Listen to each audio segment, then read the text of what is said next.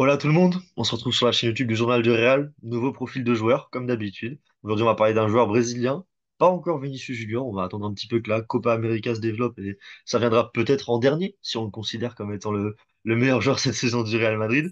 On va voir ce que ça va donner. En attendant, Rodrigo, son compère en attaque, il a connu une saison mitigée, on va dire. Je trouve que c'est un mot qui correspond assez bien à ce qu'il a proposé cette En saison. Il dents y de a eu des scie. hauts, des bas.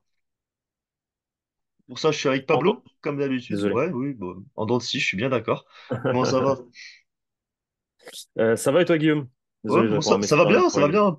Je suis pas mitigé comme la saison de Rodrigo, hein, t'inquiète pas. Hmm.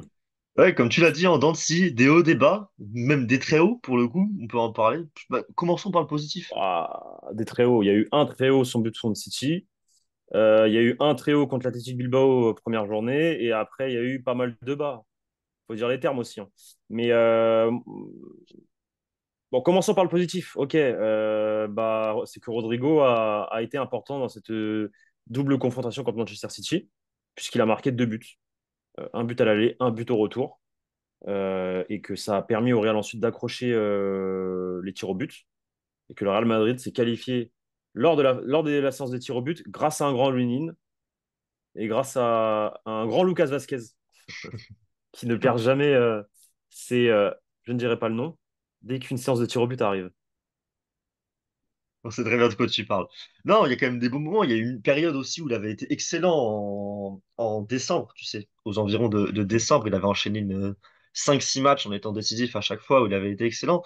Mais on parle de Dancy parce qu'il y a clairement eu des périodes creuses pour Rodrigo. Moi, je me rappelle d'une époque en conférence de presse. Chaque conférence de presse de Carlo Ancelotti, c'était comment aider à Rodrigo à retrouver le sens du but, à retrouver confiance, à comment le faire marquer. C'était quasiment à chaque fois parce qu'il y a vraiment eu des périodes creuse cette saison, surtout, en fait, surtout en termes de rentabilité et de but, tout simplement. Parce que dans le jeu, il y a quand même eu de bonnes choses de la part de Rodrigo, c'est quand même un joueur de football incroyable, et il y a une entente naturelle avec Vinicius Junior, même s'il y a eu un temps d'adaptation, et il y a quand même eu des choses, on a quand même vu on a eu, par exemple, le match contre Valence à domicile en novembre, décembre, où le Real gagne 5-1.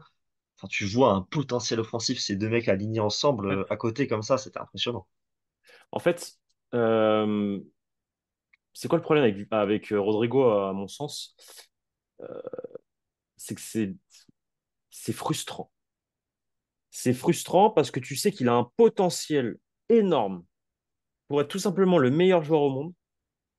Et enfin, je pense très sincèrement qu'il peut être un jour le meilleur joueur au monde parce qu'il a les qualités footballistiques pour l'être.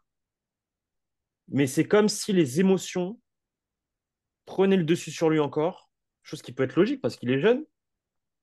Et du coup, il n'arrive pas à s'exprimer totalement sur un terrain de football et encore moins quand il porte la camiseta le maillot du Real Madrid.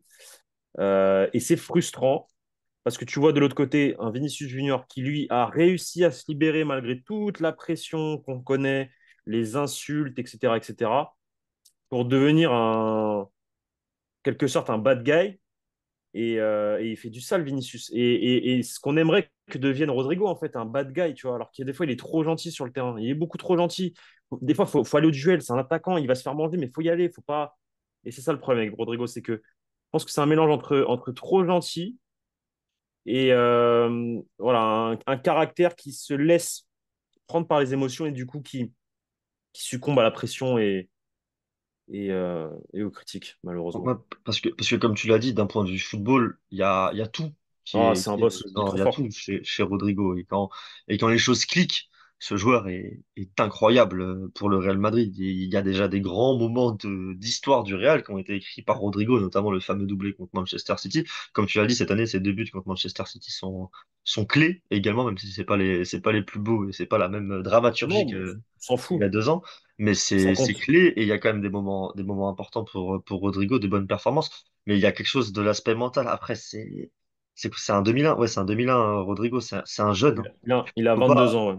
faut pas oublier que les choses prennent du temps parfois. Il y a des joueurs, ça Ouais. prend du temps à arriver, ça prend du temps à se construire mentalement. Même si ça fait quelques années qu'il est en Espagne, tu changes de continent, tu changes de pays, tu changes de culture, il y a plein de choses. Et après, tu as des questions d'entourage et tout, mais pas oublier que les choses sont pas linéaires dans le football et que ça peut venir à tout moment. Et le plus important est là chez Rodrigo, c'est que le talent est là et qu'on l'a déjà vu C'est ça le quand même truc. maintes et maintes fois au Real Madrid et ça reste le plus important. Parlons du coup de son entourage, qui lui a visiblement conseillé avant la finale de la Ligue des Champions de répondre à 4 interviews à 4 médias différents pour à chaque fois dire que euh, il était heureux au Real Madrid, mais que si un jour la porte de la Première Ligue venait et qu'il voyait que son temps de jeu allait être réduit au Real Madrid, bah, qu'il songerait à quitter le club, chose pour après démentir, dire que les paroles ont été mal interprétées, chose qui n'est pas vraie, les paroles ont été très bien interprétées. Je pense que Rodrigo et son entourage ont mal fait une erreur de communication tout simplement, parce que c'était pas le moment de dire ça.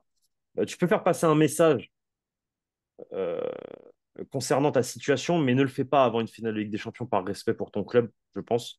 Attends juste que la finale passe, et après tu parles. Du coup, ça a fait du bruit pour rien. Je pense que ça l'a même sorti de son match parce qu'au final, il a raté sa finale. Et c'est au final celui qui en a plus, comment dire, enfin, l'effet négatif en finale, ça a été sur lui. En fait, ça a été sur lui, sur sa personne, quoi. Donc en fait, non, c'est mauvais et ouais, enfin, moi qui ai bossé en club et qui sais comment tout est calculé d'un point de vue communication, et quand tu fais 4 interviews en une semaine pour à chaque fois parler de ça, c'est que c'était calculé d'avance, faut pas dire que c'était pas calculé, et que tu étais ouvert à répondre à ça, parce que sinon, pour vous expliquer un peu, le joueur, il n'arrive pas en interview et, ah, surprise, les questions, je n'étais pas au courant. Non, non, non. Les médias envoient les questions aux agents, les agents donnent leur OK pour les questions, et ensuite le joueur répond. S'il y a des questions qui ne plaisent pas, ils leur disent avant, écoutez, ces questions-là, on ne va pas répondre parce que là, le joueur, il est concentré sur la finale Ligue des Champions. Chose qui, visiblement, ça a passé le filtre des agents, donc ils étaient d'accord pour parler de ça. Donc c'est pour ça que je vous dis que c'était intentionné de sa part. Ouais. Donc bon, maintenant, aujourd'hui, on lui en veut pas. C'est passé, c'est de l'histoire ancienne. Il s'est excusé. Il a dit que lui, tout ce qui compte, c'est la saison prochaine avec le Real Madrid. Moi, tout ce que je lui souhaite, c'est qu'il fasse qu'il soit comment dire, le troisième joueur de cette attaque de feu du Real Madrid avec Mbappé, Vinicius. Il s'est mis une pression inutile pour la finale avec ses déclarations au timing désastreux, pour le coup, parce que les déclarations en elles-mêmes, ça reste le monde du football, tu sens ta place menacée, tu dis Ouais, que ça se t'es ouvert comprend. à progresser dans ta carrière. C'est Hmm. pas des choses c'est pas des déclarations qui n'ont pas de sens, en fait. C'est quand même, Non, et c'est pas un manque de respect au Real Madrid. Par contre, le faire sous ce timing désastreux-là n'est pas un manque de c'est un respect manque. au Real C'est un Madrid, manque. mais C'est un manque de. Si, c'est un manque de respect. Si, si. ouais, mais on peut même, oui, en vrai, on peut C'est même un aller manque de jusque-là. respect. C'est un Ça manque de n'a respect aucun sens, en fait. C'est vrai que envers ça ton n'a aucun employeur. sens. C'est un manque de respect envers ton employeur parce que tu as une finale de Ligue des Champions à jouer, et c'est un manque de respect envers tes coéquipiers. Mais c'est surtout complètement débile de se mettre une pression pareille et de Fais-le sortir ça comme après. ça. Fais-le après quand t'es. Parce qu'après, le pire, c'est qu'après, il y avait une Copa América qui partait avec le Brésil et que généralement, quand ils sont avec le Brésil ou avec les sélections, ils parlent beaucoup à la presse. Fais-le à ce moment-là, tranquille. Tu as gagné ta Ligue des Champions, tranquille. Il n'y a pas de galère. Mais le fais pas avant. On, Le fais pas avant. on va avancer sur la saison prochaine pour Rodrigo parce Ouais. qu'il y a quand même des choses à dire. Comme tu Hmm. l'as dit, son but c'est de rester et de s'imposer au Real Madrid. Ça reste des déclarations, je trouve, qui donnent un petit côté je suis inquiet pour ma place plutôt que des déclarations j'ai confiance en mes capacités, je suis C'est sûr de ça. m'intégrer en tant que titulaire. Et Et limite, ça m'embête parce que limite, ça dévoile une sorte de manque d'ambition finalement chez le non, joueur. et de manque de Et de confiance en mental, ouais, lui. ouais, ouais. De manque de confiance en lui. Moi, je crois qu'il n'a pas confiance en lui et qu'il ne se rend pas compte du joueur qu'il est encore. Alors qu'il a tout pour être vraiment l'un des meilleurs de ce sport. Mais par ses déclarations, je trouve qu'il se tire une balle dans le pied parce qu'en fait, il prouve que finalement, en fait, il se sent inférieur à Mbappé, il se sent inférieur à Vinicius, mais c'est pas vrai. Rodrigo, il a le potentiel pour être le meilleur. Et moi, je pense très sincèrement que si demain, il y a un déclic chez ce joueur, mais personne ne va le bouger sur son côté droit ou dans l'axe ou là où il jouera. Personne. Personne. Après, il y a quand même l'aspect que sa zone préférentielle est la même que celle de Oui. Vinicius et d'Mbappé, qui eux ont bien plus prouvé, pardon, pour le moment. Mais le truc, c'est Et quoi? moi, je comprends, en fait, même ça fait longtemps d'ailleurs que je le dis sur la chaîne YouTube, moi, je comprends l'aspect de Rodrigo sait que là où il sera le meilleur, ça reste en partant du côté. Mais seulement jouer à Mais je gauche, suis il n'y a pas pas, d'accord voilà. avec toi. Et je vais te Et dire pourquoi pour je suis pas moi, un d'accord avec jour ou toi. l'autre, ça posera problème et ça commence à poser problème. Regarde, écoute, je suis pas d'accord avec toi parce que regarde, prends l'exemple de Vinicius Junior. On lui a dit cette saison, tu vas être neuf. Et il n'a pas dit non, moi, mon poste de prédilection, c'est le côté Oh, gauche. Il n'a pas dit ça. je te parle pas Il de a dit poste. non, mais Je écoute, te parle écoute, de zone écoute, laisse-moi d'expression. finir, laisse-moi finir. Il a pas dit non, je veux pas jouer là. Non, il a dit ok, coach, je joue là. Et c'est devenu le meilleur en étant attaquant de pointe, alors qu'il n'est pas attaquant de pointe. C'est ça la mentalité que tu dois avoir au Real Madrid. C'est pas genre tu joues pas à ton poste, du coup. Non, lui, il doit avoir une mentalité de gagnant. C'est-à-dire, bah écoute, on me met à droite, et bah je fais tout pour être le meilleur sur mon côté droit. C'est tout. C'est ce que fait Vinicius Junior. Vinicius Junior, quand il était à gauche, il a mis du temps parce qu'il y a eu beaucoup de pression autour de lui, mais il a fini par être le meilleur à son poste, ou en tout cas l'un des meilleurs. Et aujourd'hui, quand on l'a mis dans l'axe, il a prouvé être aussi, ou en tout cas pouvoir être l'un des meilleurs au monde. Mais C'est ça la mentalité que tu dois avoir au Real Madrid et c'est cette mentalité-là que Rodrigo doit avoir et il ne doit pas se dire ouais mais c'est des excuses ça. Ouais mais mon poste de prédilection c'est le couloir gauche, moi je suis meilleur. Non, t'es au Real, mais ça, je suis. t'es pas encore une fois désolé, t'es pas Arsenal, t'es pas au Milan, t'es pas au Bayern. Non mais vous prenez des balles perdues mais et encore le Bayern, même le Bayern pourrait réfléchir comme le Real. Mais t'es pas Arsenal. T'es pas Arsenal où on te met dans les meilleures conditions pour. Enfin, non, c'est le Real Madrid. C'est tu joues là où on te met et tu donnes tout. Et, et je suis d'accord Désolé. avec toi sur cet aspect-là. Mais je peux comprendre de l'autre côté que le joueur se dise, là où je suis le meilleur, c'est quand je pars de la gauche. Ma zone d'expression, c'est le côté gauche. Je suis le troisième dans la hiérarchie pour avoir une chance de jouer à cet endroit-là derrière Vinicius et derrière Mbappé la saison prochaine. Et je peux comprendre qu'un joueur se dise, là où je suis le tout meilleur footballeur, c'est un endroit que je n'atteins pas au Real Madrid, bah, j'ai envie de l'atteindre ailleurs à terme. Moi, c'est quelque chose que je peux comprendre mentalement.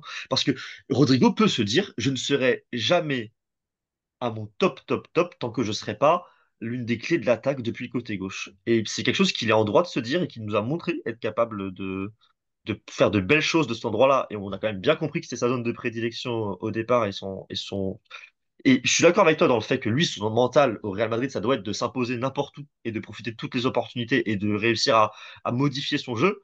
Mais il y a modifier son jeu, il y a aussi travestir son jeu. Et moi, je peux comprendre qu'à l'avenir, ça pose problème en fait. Et ça commence, entre guillemets, à poser problème. Exactement. On conclut sur Rodrigo? Petite Non, note sur sa saison? ouais, bah écoute, moi, ça note. Bah, je lui mets 5 parce qu'il a marqué 2 buts contre City. Mais sinon, c'est 4. Moi, je pense qu'il mérite la moyenne. Qu'il mérite la moyenne, peut-être même 6. En vrai, je vais peut-être lui mettre 6 parce que il a quand même montré une bonne adaptation à un poste, en tout cas à un poste et rôle un petit peu différent cette saison. Et puis, il a quand même eu des moments forts. On a quand même vu du très bon Rodrigo cette saison, faut quand même pas l'oublier, même si on a vu des moments beaucoup plus difficiles. Mais je lui mets 6. Mais par contre, il y a clairement un cap à passer la saison prochaine, notamment d'un point de vue mental. Moi, je reste sur ma fin, du coup, je lui mets 5. Parce que je Ouais. pense qu'il peut apporter bien plus. Mais ça nous fait une petite moyenne autour de 5,5. 4 et Ça me demi. paraît logique. Dites-nous votre note en commentaire. Dites-nous ce que vous avez pensé de la saison de Rodrigo. Dites-nous si à l'avenir vous le voyez s'imposer d'ailleurs dans ce Real Madrid et dans un 4-3-3 l'an prochain à droite plutôt que dans le système axial cette saison où il sera logiquement relégué sur le banc si c'est le choix d'Ancelotti. Et puis bah, on se retrouve très bientôt sur la chaîne YouTube du Journal du Real pour parler d'autres profils de joueurs pour terminer cette revue entre guillemets de l'effectif qu'on a réalisé cette saison, cet été plutôt pour vous. Merci à vous d'avoir regardé jusqu'au bout et on se retrouve très bientôt. Ciao tout le monde.